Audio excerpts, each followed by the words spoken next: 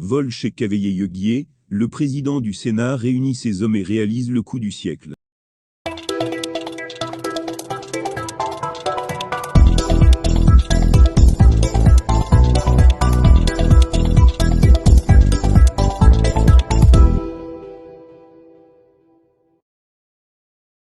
Contrat de travail au Sénat.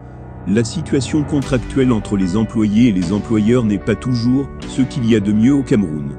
Même dans les services de l'administration publique, le mal est profond, au grand malheur des travailleurs, qui n'arrivent pas à s'épanouir comme cela se doit.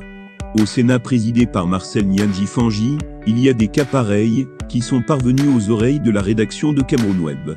Les confrères de Stop la Blacam ont réussi à tirer le verre du nez d'une source, certains personnels sont sans contrat, les avancements n'ont jamais été appliqués.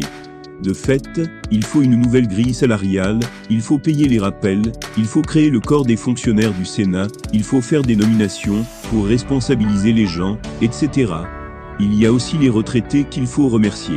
Le collaborateur de Paul Biya depuis plusieurs années, Marcel Niandji Fangi préside depuis jeudi le 12 janvier 2023, une réunion du bureau du Sénat. Parmi les sujets qui meublent la séance, il y a l'examen de la situation administrative du personnel du Sénat. Apprend-on ? Le vice-président de la Chambre haute du Parlement Laurent Nkodo informe que ces problèmes se posaient avec beaucoup d'acuité. Le Camerounais explique qu'il y a une partie du personnel qui était sous contrat et l'autre qui n'avait pas de contrat. C'est pourquoi il était donc question de régulariser la situation administrative du personnel du Sénat. Par conséquent, la réunion tombe à pic, pour permettre d'examiner les avantages liés à certains corps de métier qui travaillaient, surtout les techniciens, mais qui n'avaient pas droit aux indemnités liées à la qualité de leur travail. Il fallait donc remettre les choses à jour.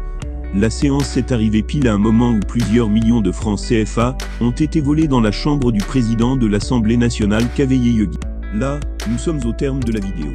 Surtout n'oubliez pas de vous abonner et de cliquer sur la cloche de notification pour recevoir le top des informations et actualités au Cameroun.